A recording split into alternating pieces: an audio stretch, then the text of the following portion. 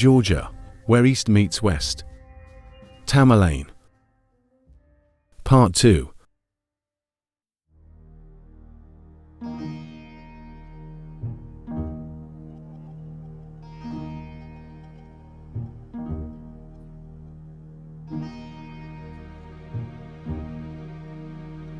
Tamerlane did not choose the cold, snowy weather for attacking Georgia randomly.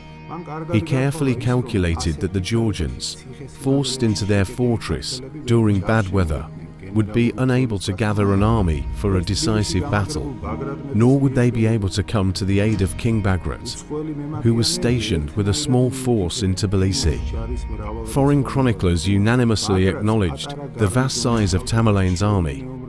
In contrast, Bagrat had only a small garrison of elite warriors who constantly accompanied him. A fierce battle erupted near the city walls. From time to time, the king and his garrison would leave the fortress and attack the enemy. Tbilisi defended itself bravely. However, something strange occurred during the battle. For the Georgians, at that time, thunder was a sound associated only with the sky. Thus they couldn't understand what was the rumbling near the city's outskirts. This was the gulrandandaza, precursor to the cannon being used by the enemy as a firearm for the first time in Georgia. Tbilisi did not surrender easily, but Tamerlane was in a hurry. He attacked the city with firearms, then surrounded it on all sides. His soldiers, clad in large helmets, began to beat their drums, and with fierce war cries, stormed the besieged city. Tbilisi fell. King Bagrat fortified himself in the fortress, continuing to resist. But when the fortress was fired upon, Bagrat had no choice but to surrender under the condition of inviolability. The enemy massacred the population and looted the city. Illiterate Timur loaded the royal library and treasure on camels and sent them to Central Asia. Prince Ivan later wrote sorrowfully that many Georgian books were lost for us, as there was no printing press at that time.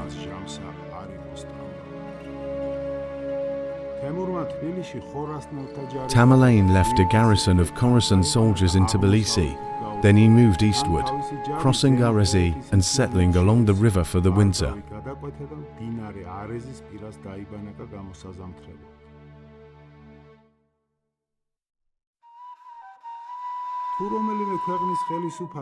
If a ruler decided to submit to Tamerlane, they had to perform a certain ritual.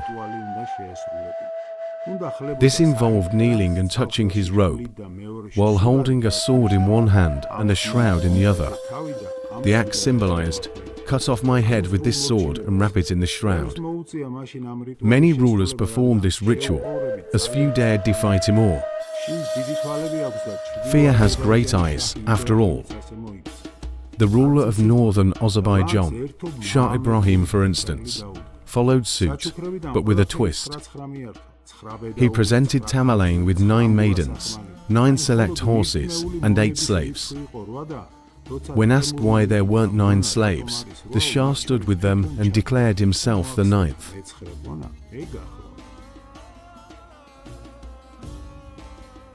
Shervan Shah had no choice. He knew well that Tamerlane needed Daraband, a crucial stronghold within his state, as much as a thirsty man needs water. Yet the Shah didn't have to change his faith. The situation with the Georgians, however, was more complex. Tamerlane honored the captive King Bagrat. Bagrat, in turn, showered him with kind words and lavish gifts. At one point, Bagrat even gifted Tamerlane a special chain shirt, pleasing him dearly. In this feigned atmosphere of friendliness, Tamerlane repeatedly urged Bagrat to convert to Islam.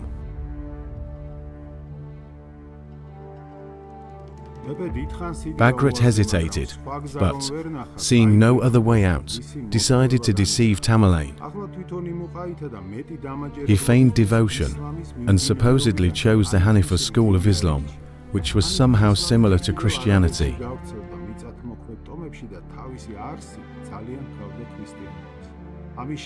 An Armenian historian wrote, "Bagrat deceived Tamerlane, saying, 'Give me an army, I will go to Kartli and force my people to accept Islam.'"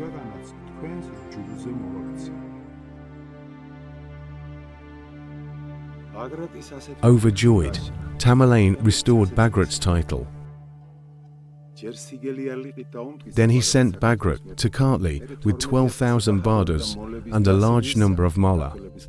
Prior to his departure from Timur's encampment, Bagrat dispatched his steadfast noble, Rusa Egnatashvili, to his progeny with the intent of soliciting their assistance. Meanwhile, the nobles in Georgia, left without a king, demanded that Prince George ascend the throne. The prince refused, fearing that Tamerlane would take revenge on his father. Upon Tamerlane's first appearance, the Georgians realized the ruthless commander had chosen war with the strongest Christian state. By doing so, he had burned all bridges of diplomacy.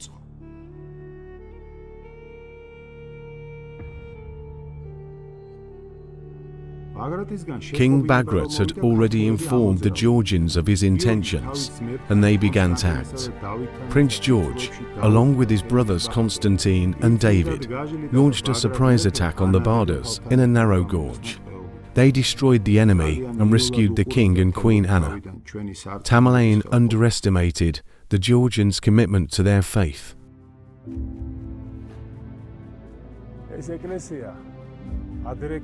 This church, an early Christian basilica, is so old that its walls are completely covered by earth. By the time Tamerlane invaded Georgia, the country had already upheld a 1,000-year-old Christian tradition. This made it nearly impossible to uproot Christianity from its soil.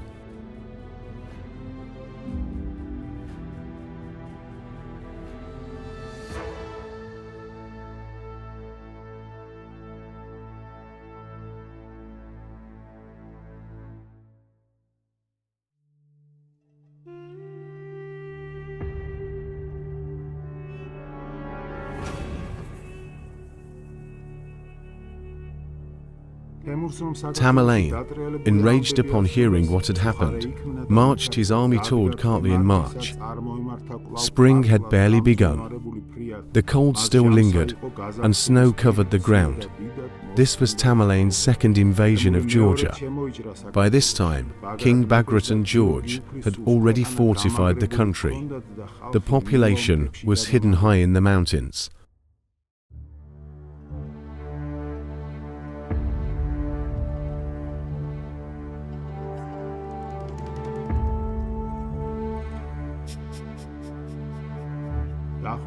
A massacre ensued. Countless warriors from both sides fell on the battlefield. Tamerlane fought alongside his soldiers with a sword in hand against the Georgians.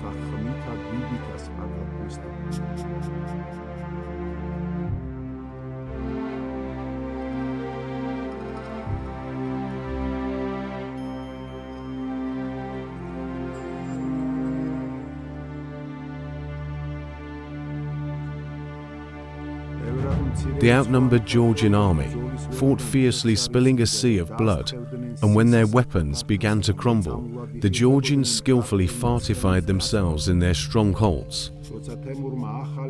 The enemy was left with nothing. At this critical moment, Tokhtamish Khan appeared in the Daraband Gorge.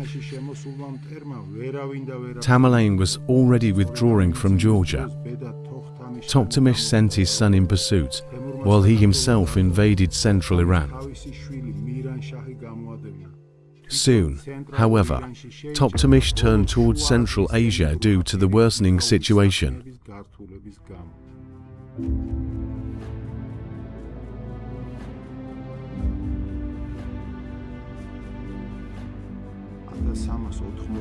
From 1387 to 1394, Tamerlane did not return to Georgia. During this period, sources make no mention of King Bagrat. George VII took his place on the throne.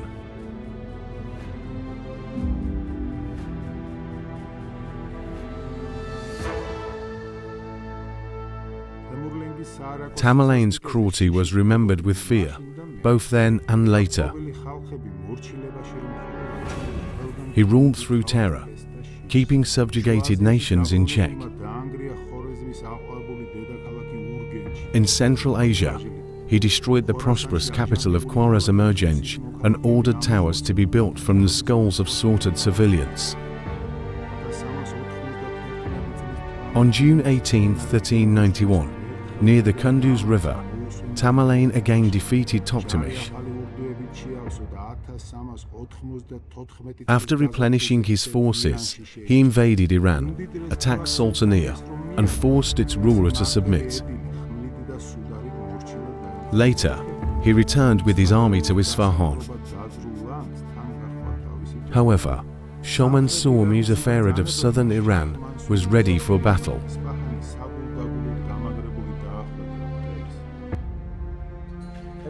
Once, I spoke with a friend from Isfahan about Tamerlane. He became visibly uncomfortable, and with characteristic Persian politeness, changed the subject. In Isfahan, memories of Tamerlane's invasion remain bitter, like a snake's bite. Tamerlane didn't attack Isfahan's walls immediately. He spread rumors of his illness and hid with his horde in the desert. Shah Mansur, overjoyed, decided to verify the rumors and sent his vizier to Tamerlane's camp.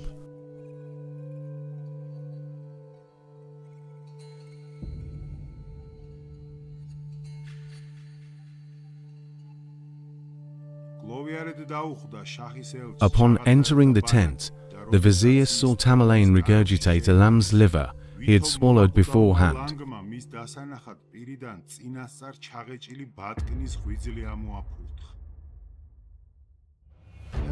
Convinced of Timur's imminent death, the Isfahanis held a feast.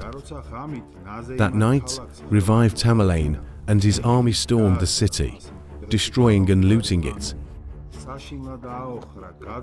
He ordered towers to be built from the scalps of 70,000 citizens. Shah Mansur fell in the battle.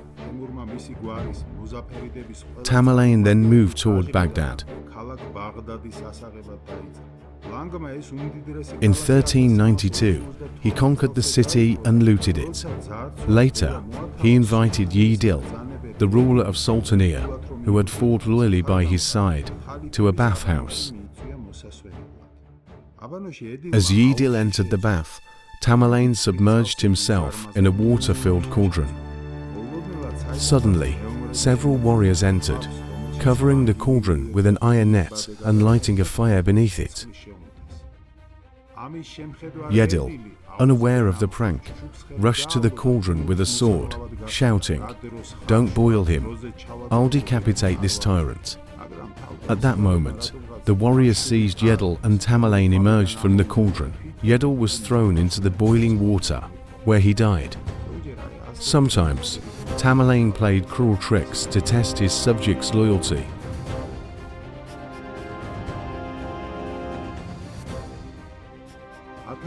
In 1393, Tamerlane decided to invade Syria.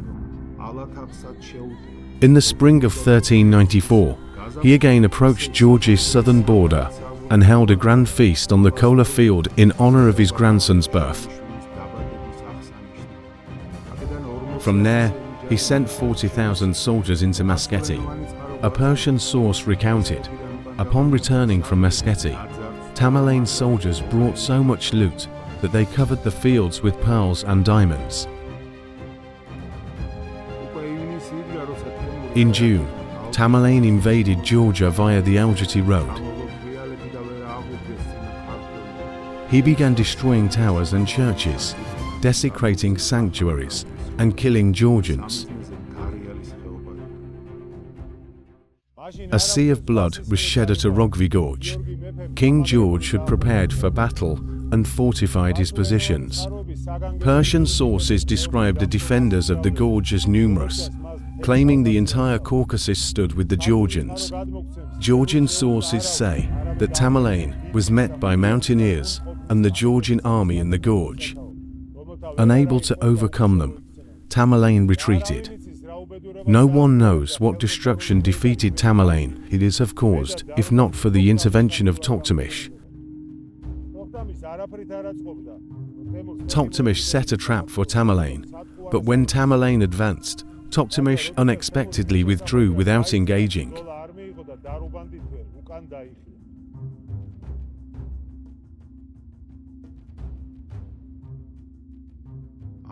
By then, winter had come. Tamerlane and his army wintered in Mahmudabad, preparing for a difficult campaign. In the spring of 1395, Tamerlane crossed the Derived. In a fierce battle along the Terik River, he destroyed the army of Toktamish Khan. Tamerlane pursued Toktamish as far as Moscow and completely crushed the remnants of his army. Miraculously survived, Toktamish found refuge with a Lithuanian prince. After bypassing Moscow, Tamerlane burned the capital of the Golden Hod Sarayburg and destroyed Astrakhan, one of the main transit arteries passing through the North Caucasus. He also ravaged Feodosia, Azov, and other cities. Italian merchants Giuseppino Barbarossa and Antonio Cantarini noted in their writings that, 40 years later, the scars left by Tamerlane's invasion were still visible along these roads. At that time, Tamerlane closed the road connecting Europe with Asia. Tamerlane achieved what no other great commander had done before. He completely conquered the entire North Caucasus. Marching through Dagestan and Cherkessia, he ravaged every gorge, desecrating churches and temples. Despite fierce resistance from the North Caucasians, who had firmly upheld Christian traditions till then, Tamerlane forced them to convert to Islam.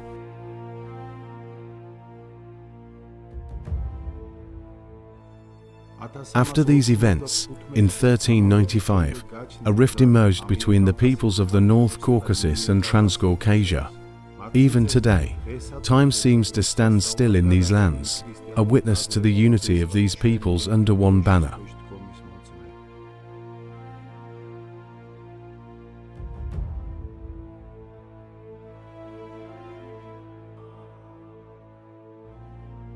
Laden with plundered goods, Tamerlane's horde passed through the Daryali Gorge into the northern part of Azerbaijan. There, they were hosted by the Shirvan Shah. Returning to Tabriz, Tamerlane personally crowned his son Miran Shah and declared him the ruler of Kilogwan Iran, thus officially bringing this part of the Chingizid Empire under his control. Tamerlane ended his second 5-year campaign and returned to Central Asia. Miran Shah, who had suffered a head injury in childhood, was not as insightful as his father. He was obsessed with senseless cruelty. He executed subordinates without cause and destroyed magnificent city structures. Miran Shah was troubled by the thought that the rightful heir to the throne was hiding in fortress of Noyaliniza in Nakhichevan and had managed to resist for 10 years.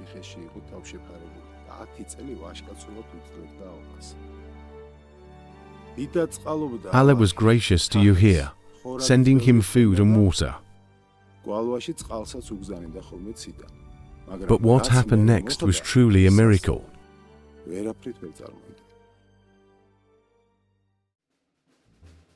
While Tamerlane was in Asia, the peoples of the Caucasus united under the banner of the Georgian King George and revolted. Abi said Shonshah also joined the rebels. The Georgian king gathered his warriors and attacked Tabriz. Startled, Miran Shah sent his forces to Alinja to meet the Caucasians. But the Georgians, surrounding the Alinja fortress, crushed the soldiers with one blow and released Tahir Jaleh from 10 years of besiegement. King George entrusted the noblemen, led by Sargis, to guard the fortress. Enraged Miran Shah sent his son Abu Bakr against King George, but the Georgian king destroyed the enemy again. Unfortunately, Obi said a loyal ally and friend of the Georgians was killed in the battle. King George returned to Georgia, taking Tahir with him.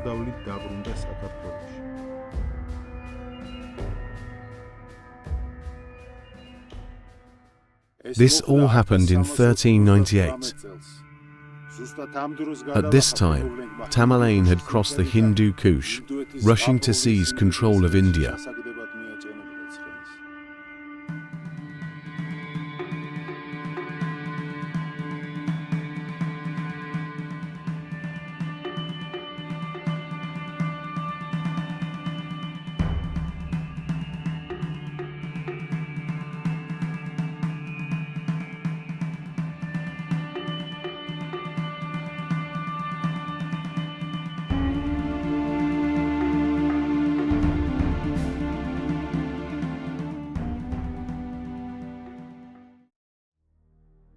Nizam ad-Din recounted, in the autumn of 1398, Tamerlan invaded India with an army as numerous as grains of sand in the desert.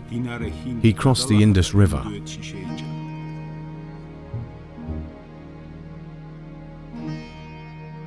The Chagatai soldiers slaughtered people with wild cruelty as they advanced.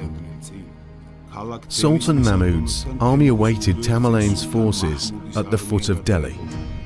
Before the battle, Tamerlan ordered his soldiers to kill 100,000 captives in front of Sultan Mahmud's eyes. Then, he crushed the Indian army. On December 19th, Delhi was taken by the Chagatai army. The city was completely looted.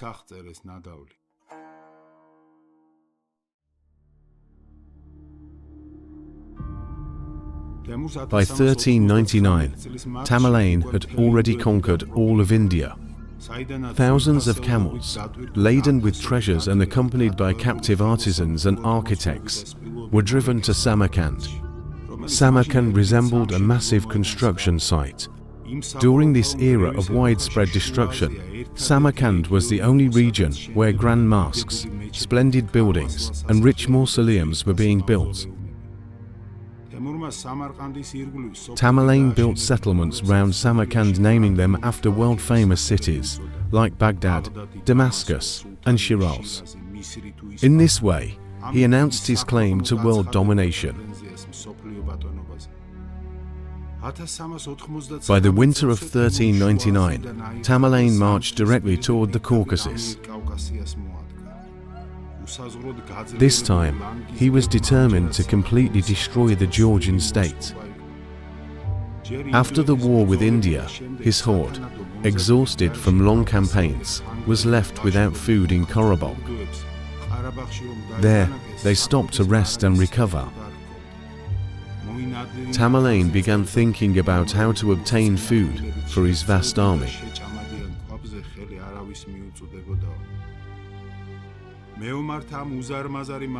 He selected 100,000 of his best warriors and equipped them with light armor.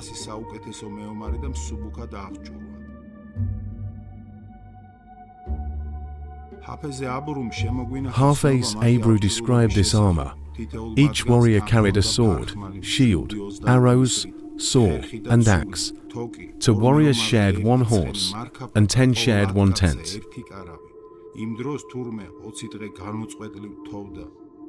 For 20 days, snow fell non-stop. Tamerlan headed for Kakheti from the southern borders.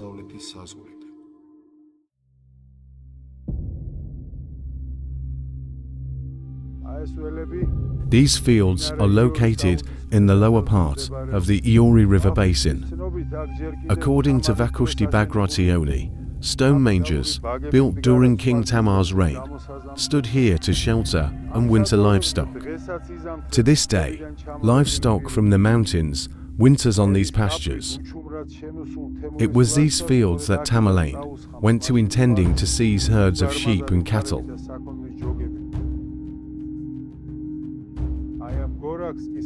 The hill on which I am standing now is still called Timur's Hill. From here Tamerlane ascended the Yori and crossed into the Alazani Valley. The Kakhetian governor Kimshir had managed to hide the local population. Displeased that there were no captives, the Chagatai soldiers burned their houses.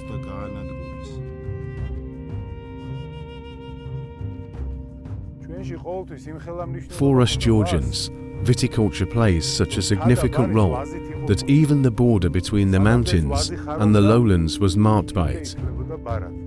The land where grapes grew was considered lowland. Persian historians wrote, "There is no happiness for the Georgians without wine. They do not even bury their dead without washing them with wine." In that cursed winter, Tamerlane and his horde destroyed all vineyards, fruit orchards, and walnut groves in the Alazani Valley.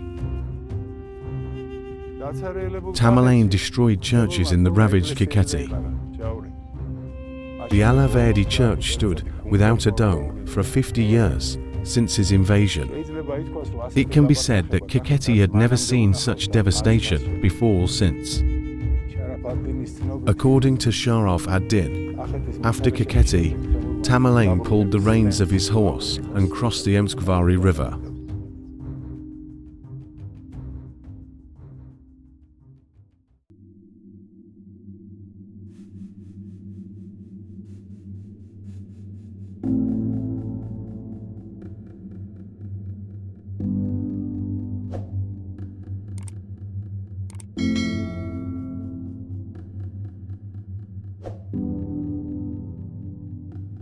Georgia, where east meets west.